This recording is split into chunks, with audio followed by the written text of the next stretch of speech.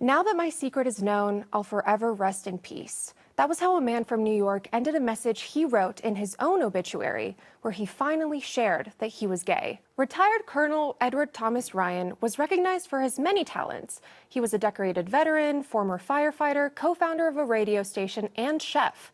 But he hid his queerness all his life out of fear of being ostracized, as he wrote in his obituary message published in the Albany Times-Union.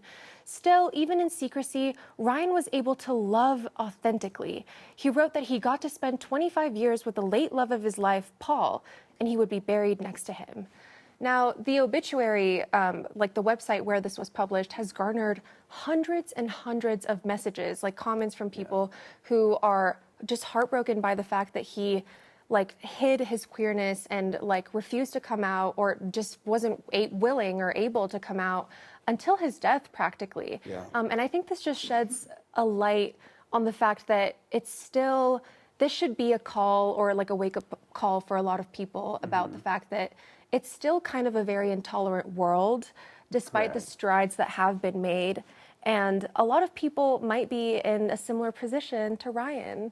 Definitely are. I just feel like that's why it's so important to create the spaces for, LGBTQ community to feel welcomed and to feel safe, and for them to feel like they can be themselves. Because without that, you're going to have more and more cases like this.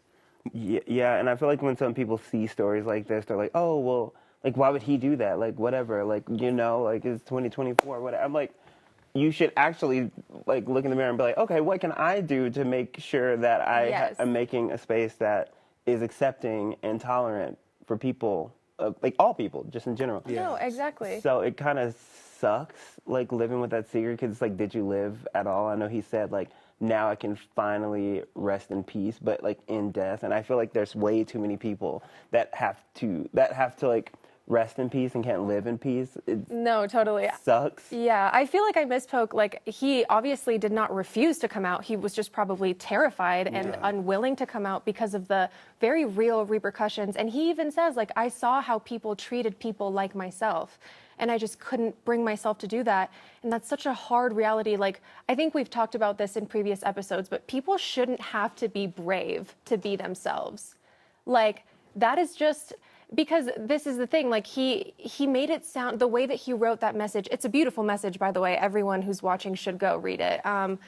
But he made it sound like it was cowardly of him, in a way, to not have come out, or not have been brave enough to be able to do it in his lifetime, when in reality, it's just a survival instinct for a lot of people. I mean, like we literally just talked about, there's still a lot of bigotry in this world.